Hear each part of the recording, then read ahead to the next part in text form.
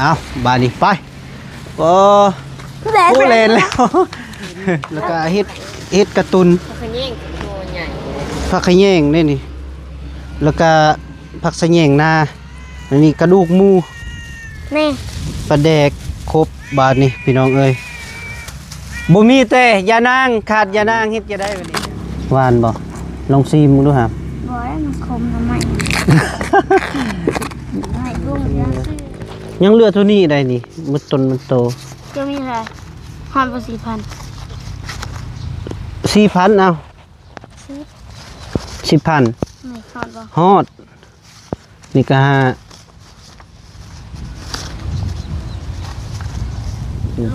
ซื้อเลขก็ได้ดาดหน้าดาดหลังอยู่แม่เจ้าจังสิรวยก็บ่ฮู้เจ้าบอกเลขค่อยจึงรวยบอกเลขให้แน่มันก็บ่มื้อนี้นะเลขหยังมันก็บ่มันเป็นตัวเลขบอกบ่รู้ตัวเลข6ตัวเอ้าพี่น้องเอ้ยเนาะพอดีเบาแก้วก็เดินทางมาแต่ดงเห็นก็มาฮอดบ้านน้องบุญทวีน้องไฟฟ้าแล้วพี่น้องเอ้ยเนาะแล้วก็เบาแก้วก็มีประเด็นหนึ่งพี่น้องเอ้ยเนาะที่ว่าน้องๆเพิ่นยากพี่น้องเอ้ยเบาแก้วก็เลยจัดเต็มที่เลยพ่อแม่พี่น้องเอ้ยเนาะแต่ว่าขาดยานางเท่านั้นพี่น้องเอ้ยเนาะเอาคนอื่นก็ขาดทักทายสบายดีเด้อพ่อแม่พี่น้อง FC เบิดสุขุทุกคนบ่ว่าอยู่ในหรืออยู่ต่างประเทศก็ยินดีต้อนรับเข้าสู่ซองพ่อบ้านป่าสะพานบุญคือเก่าพี่น้องเอ้ยเนาะหัวเนาะแปลกๆเนาะซองใหม่แปลกๆพี่น้องเอ้ยเนาะเป็นซองใหม่เนาะแล้วก็เบาแก้วเปลี่ยนเนาะพี่น้องเอ้ยเนาะพอดีจัดตามคำข้อที่เจ้าเอ่ยมาน้องไฟฟ้ามาพี่น้องเอ้ยเนาะแล้วก็น้องบุญทวีทำเนาะนี่ตับคุณมีนี่ใส่ตับเฮ็ดได้ตับใดนี่ตัวนี้เป็นของยาคูตัวนี้นะ ของยาคูเอาปลาแดกกับหมักเผ็ดดิบแล้วก็โอเคซื้อหน่อไม้พี่น้องเอ้ยเนาะเพราะว่าน้องบุญทวีกับน้องไฟฟ้าว่าอยากกินแกงหน่อไม้ให้เบาแก้วแกงให้กินอีกพี่น้องเอ้ยเนาะหับพละกับบ่เป็นยังเนาะกินน้ำกันคือเก่านึ่งแล้วบ่ข้าวกำลังทางอันนี้หน่อไม้3หน่อพ่อติเอาหน่อละ10,000ไปจะไปเบิ่งแม่น3หน่อ30ปลาสบายดีปลาลุงก่อนที่เจ้ากะสบายดีปลาลุงเลยเอามาเอาบาดนี้ไปก็ผู้เล่นแล้วเอ้ยหน่อ10,000ได้3หน่อ30แพงเนาะ5หน่อ50ไผสิปอกบัดนี้หน่อแสนนึงโอ้ยนึ่งข้าวท่าเลยโอ้นึ่งข้าวท่ายังเรียบร้อยพ่อแม่พี่น้องเอ้ยโอ้สุกล่ะไผนึ่งข้าวตับมาตกขากอยู่นี่ซิกละบ่ซิกบาดนี้ข้าวสุกแล้วก็ต้มน้ำบาดนี้มาน้องสีฟ้าใส่มีดนะปอกหน่อไม้ได้เฮาบาดนี้เวียกงานเฮาปอกหน่อไม้ซะก่อนฮะบอกก็สิปอกเอง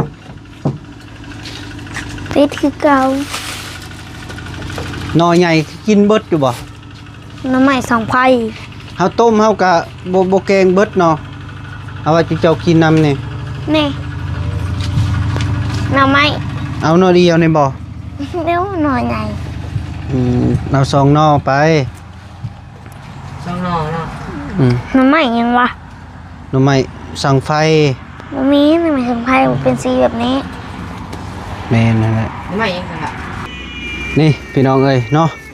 เบาแก้วซื้อครบสุดแล้วแต่เอาหน่อเดียวบ่แก้วสิแกงหน่อเดียวได้บ่เอา2บ่ยานบ่อิ่มเนาะกะมี มีผักขะแยงแล้วก็เห็ดเข็มแล้วก็เห็ดกระตุน ขยิ่งตัวใหญ่ ผักขะแยงนี่แล้วก็ผักสะแยงนาอันนี้กระดูกหมู นี่ ปลาแดกครบบาทนี่พี่น้องเอ้ยบ่มีแต่ยานางขาดยานางเฮ็ดจะได้บัดนี้ยานาง ไปเอาเส้นว่า มีอยู่บ่อยู่ป่าเฮามีบ่ เถื่อมันแก้ว สิเฮ็ดจะได้บ่มียานางพี่น้องเอ้ยเลยกับคนคั่วเด้อ จะไปเบิ่งซะว่า มึง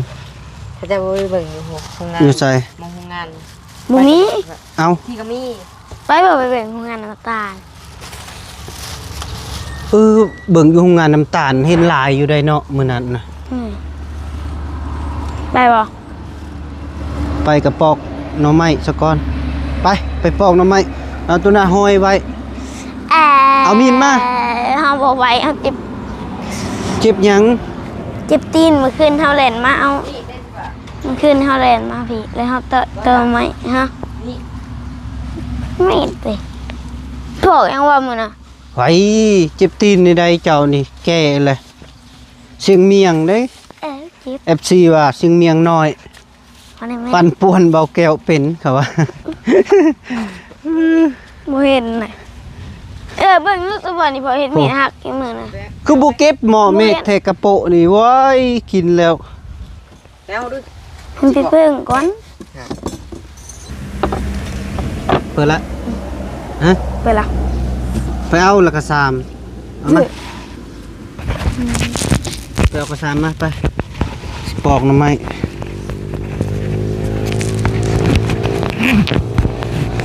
โอ้พี่น้องเอ้ยเนาะ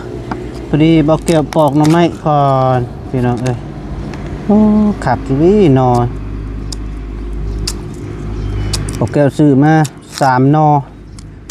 เอาแต่2พี่น้องเอ้ยเอาแต่2 นอพอนอละ10,000 กีบพ่อแม่พี่น้องเอ้ย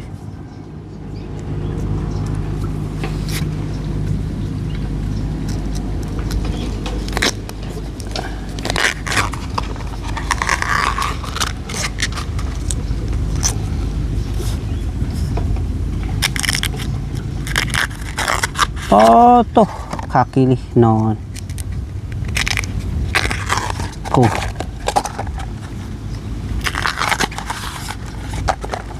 สิฟ้าเอ้ยบ่เอามีดกัน บ่เอามีดก็ได้เด้นี่เฮ้ยจะเบิ่งฮะไอ้ปอกน่ะจวดอยู่นี่โอ้ขากิลิ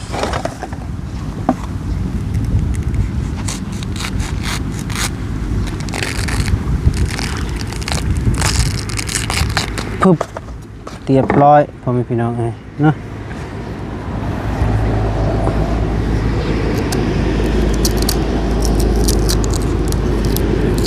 พอดีใบยานางกับสิพานอกสิฟ้าไปหาสิไปหาอยู่ไซบัดนี้ครับบ่ฮู้ อ้าวนี่เด้แกงเลยได้แล้วเป็นหนอก แกงพี่น้อเลยนั่งดีๆป้าลุงสิเบิ่งบ่งาม ช่องหนอกเด้ นั่งเสื้ออ้ายอีกนี่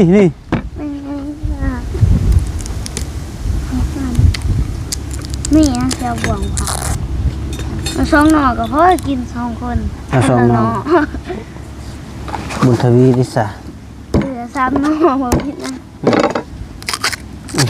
คนน่ารอคนน่ะหนอเลยดิ คนละหนอเลยโอ้คักอีหลีได้ เอาว่าหนอก็เพราะได้เฮา เผาเนาะคือสิหวานเนาะหวานบ่ลองซีมึงดูครับ บ่ได้มันคมทำไมให้พวกยาซื้อ อ้าวน้ำไม้บงบ่คมบ่ บ่อะไรมันบ่หวานอ่ะมันได้คมนะ โอ้เจ้าคือหู อ้ายคือแม่ก่อน อืม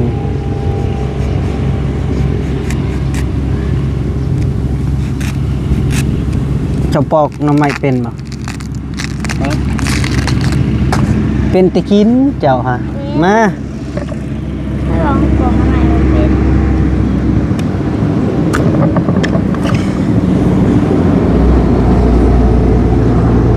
แก่เลยนี่เอาบ่ เอาให้บอกมัน อืม มันจะเอาแต่ยอด มันกับบ่ว่ากิน เฮ็ดแบบใดแบบนี้บ่หาม เฮ็ดเลยเฮ็ดตามเจ้าสบาย เจ้าบ่สบายบ่ ท่านจะสบายใจ เอาที่เธอสบายใจ แก่เลย ชาวาแก่ก็ต้องได้ลากแล้วตุ๊ผมพี่น้องเอ้ยคักเอาบางๆเอาเนาะ เอานะ เอาหน้าๆบ่ เลย มันนานนะเจ้านี่ก็เป็นผู้ปันอีก เอาเยอะเอาบ้าง เอาบางๆมันถึงแซ่บเนาะเอายาวๆบ่ ตัวนี้จะสนใจเจนมันยาวอาเจนไม่ได้เนี่ยขึ้น FC ว่าเอ้าน้องบุญมีกับไปหาเฮ็ดนำกันที่บัดนี้ สุดยอดเลยน้องบุญมีเนาะดุได้น้องบุญมีเนาะต้มน้ำแล้วเด้อหำเด้อ ตอนหลัง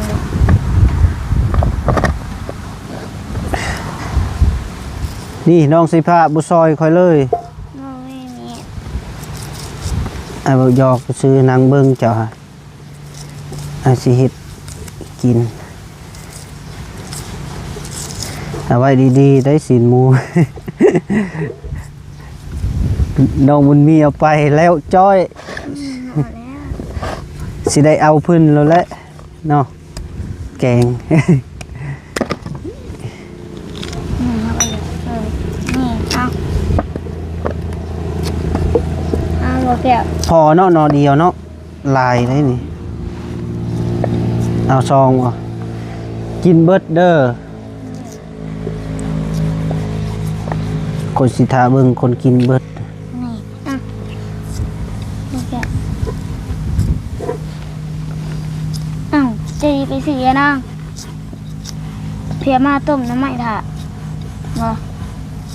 หึ โอเคต้มน้ำไม่ถ่าบ่ แนวและน้องมุทวีต้มถ้าเฮาก็ไปหายานาง น้องหาแกงอะไรบ่ มาแล้วก็แกงด้วยให้ยาเข้าอีก ยังบ่จีเด้อ จืดจืด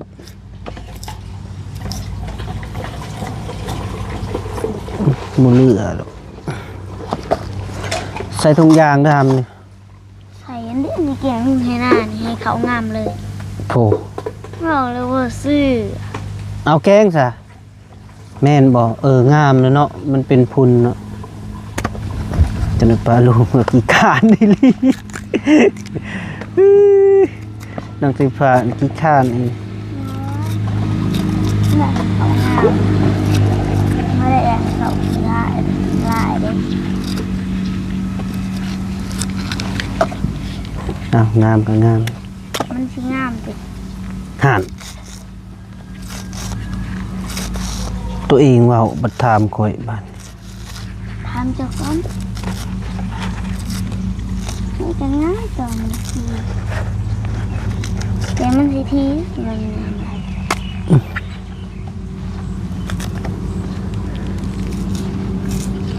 อะไรดัง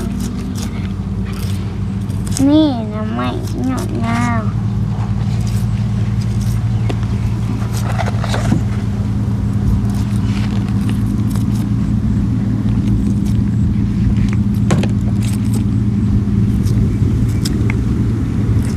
แซ่บ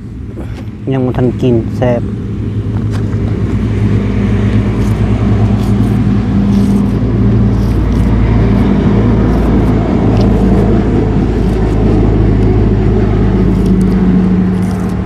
ซื้อเห็ดกระตุ้นก็10,000 เพื่อเอาไว้พัน ข้างนั่นแหละมันก็ ฮะ ข้างออกเลย ขางโลดเติมทานหน่อยเด้อ นี่ ทิมพอแล้วจะว่าเขางาม เขาไม่ได้ คือมือใช่ไหม มืดบ่บ่มืดแล้วพ่อบ่ซ้ำนี่พอเนาะ3 คน 4 คนก็กินบ่เบิดดอกนี่ หา ไผหา ดีน้ เป็นมา เรามาบ่ แม่นติ ฮะ แม่นติ แม่นบ่ทิมลงให้นางามเขางามเอ้าคนเขางามก็เฮ็ด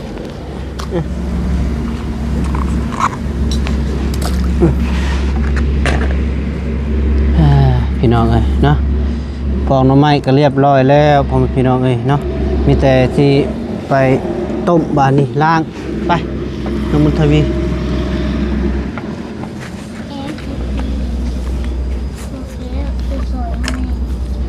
ซอยยังอีก เจ็บตีนเอ๋ เจ้าเห็ดหยังเจ็บตีน ไม่อยากน้ เหยียบน้ำตัวไหนใส่เหยียบแก้วอยู่ใส่ ำโอ้โหมันเจ็บมันเจ็บ ใส่เบิ่งดู แต่โดนนะ เหยียบที่โดน นี่ โผปะโตบาดแผลวันนั้นว่าตีนเมียท่านอีหยังก็บ่ย่านมื้อบัดเดี๋ยวนี้ได้ซะรู้สึกนี่เลยบ่ได้ใส่ท่าน เหนื่อย โดนเจ็บบาดนี่ แซ่มันก็เจ็บ ใส่ท่านบ่เจ็บ นี่ อืมโอ้น้องสิพาว่า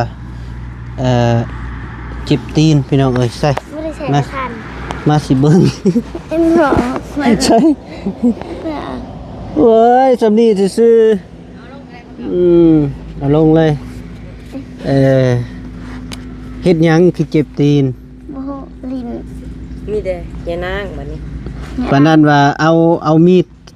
แทงก็ยังบ่เข้าเพิ่นว่าบัดนี้ บัดนี้จมเจ็บตีนเศร้าๆขี้ตัวดิผมเป็นพี่น้องเอ้ยน้องสิฟ้าขี้ตัวอีหลีเลยเนาะ เป็นยัง อันนี้ที่ขา สิไปหายานางอยู่ไสบัดนี้บ่ เจ้าได้ไปหา ฮะ เจ้าได้ เมืองโรงงานเลย โรงงานมีบ่ มี อืม เบิ่งมันคายของกินดิก็ตะกี้เขาก็เห็นอยู่ นี่บอก ขายของกิน เราขายบ่หรือว่าไปเก็บเอา หมูตะกี้เขาเห็นน้ำมันคายอยู่ อ๋อแท้สิมีเงิน ว่ามีเท่าไหร่ น้องมุทวีมีบ่ มี บ่มีจักกีบเลย เลย ข้อยก็บ่ได้กดมาเฮ็ดจะได้สร้างเงินสิมีบ่เบิ่ง เขาก็เลยพูดว่า ๆเท่าใดเขาขายยานาง มันสิพอบ่เงินสำนี้นะยังเหลือเท่านี้ได้นี่มันต้นมันโต จะมีอะไรฮอนภาษีพัน 4,000เอา ซื้อ 10,000 ไม่ฮอนบ่ ฮอดนี่ก็ห้า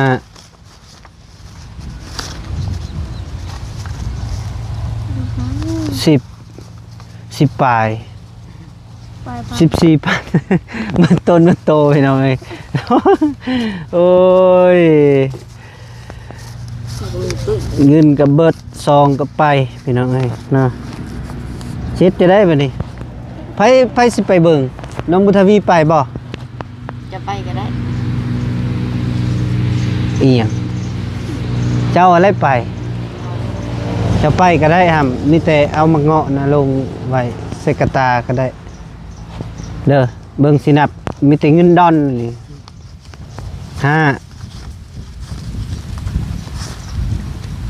5 10เอาไปเบิด14,000คันบรรณาการมีแต่คอซื้อน้ำเพิ่นเด้อคอปั้นว่ะ เอาหาใบเนี่ยนี่ นี่ก็ยังอยู่เลยพันดอน มีเล็บดันเดียวบ่ ยังเหลือดอนเดียว นี่ทำซองเท่ากัน เจะมี2ดอนเอาให้ซะเอาให้เจ้าซะไปเอาเจะไปโฮมไว้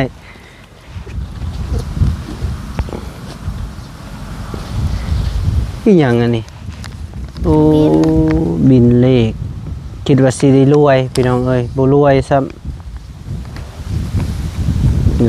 ซื้อเลขก็ได้ ดาดหน้าดาดหลังอยู่ เมื่อจะจังสิรวย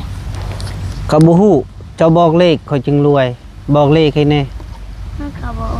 มื้อนี้นะเลขหยัง มันก็บอก มันเป็นตัวเลขบอกบ่รู้ตัวเลข6ตัว มันก็บอก บ่ฮู้เพราะนั้นอย่าให้อ้ายรวยสิเป็นได้ไดบัดนี้บ่อาบอยู่บ่น้ำ ขึ้นคนตกนี่ ฝนตกแห้งแล้วบ่อาบน้ำ เอาสิไปยังได้ผ้าเหลือมเต็มท้องผ้า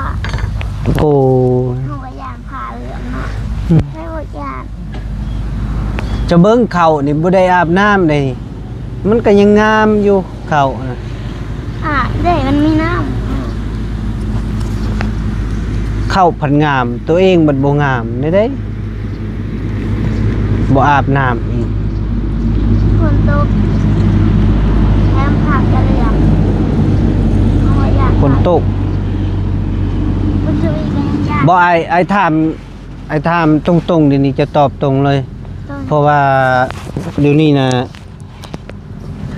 FC ให้ถามเจ้าว่า เอาไหม เจ้าบ่ได้อาบน้ำจากมือเลยฮะอ้ายเบิ่งนี่เจ้านี่บ่ได้อาบน้ำนี่ประมาณอาทิตย์หนึงแล้วบ่ฮู้ บ่ฮู้เจ้านี่ไปอยู่นำคนป่าน่ะถึกแล้วเนาะเบิ่งสิให้อันเบาบี้เอาเจ้านี่ไปอยู่นำคนป่าไปบ่ เป็นย่าง ฮะ โอ้ยย่างคนป่า ฮู้บ่ โอ้ย ค่อยสิเอาไปอยู่พุ่นแล้วเด้อก็สิเอาเจ้าไปอยู่พุ่นเด้อได้บ่ แล้วย่าง หึ ว่าย่างคนป่าน่ะ อยากไปอยู่สิไปบ่ล่ะ จิบไปซะเกียมเครื่องสิไปส่งในนี่ปุรีแหละบ่ได้อาบน้ำนำกันเลย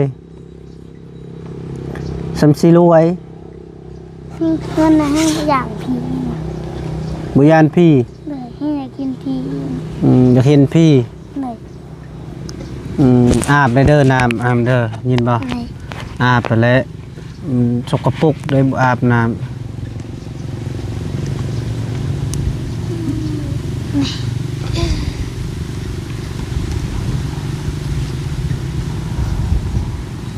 อาบน้ำมันสะอาดสะอ้าง เลย ยินบ่ เลย อาบเกลือละน้องบุญมีน้องมา น้อง น้องด ดำยัง ำยัง เลย เจ้าคือมักนุ่งเสื้ออันเดียว ไปใส่เบิดเสื้อคือว่าไอบีซื้อมาให้อยู่ฮะ ไม่ได้ใช้ บ่ได้ใส่ก็ใส่ในเปลี่ยนในเครื่องนะจะน้อยพยาธิมันสิกินตามผิวหนังนะบ่ย่านบ่เจะอยากเก้าบ่แก๊กๆๆๆอยู่นุ่งสุดอันเก่าพี่น้องไปพี่น้องเอ้ยพอดีคลิปนี้กับเบาแก้วก็สิขอดำลาก่อนเด้อพ่อแม่พี่น้องเอ้ยเนาะสิได้จบคลิปปิดคลิปซะก่อนพ่อแม่พี่น้องมาสุขคนน้องสิฟ้า เลย สบายดีป้าลุงซะก่อนก็สิจบโดยเอาคลิปนี้ก็มีแต่จบคลิปปิดคลิปพ่อแม่พี่น้องมาสุขคนส่งมานร่ำรวยเด้อโดยบ๊ายบาย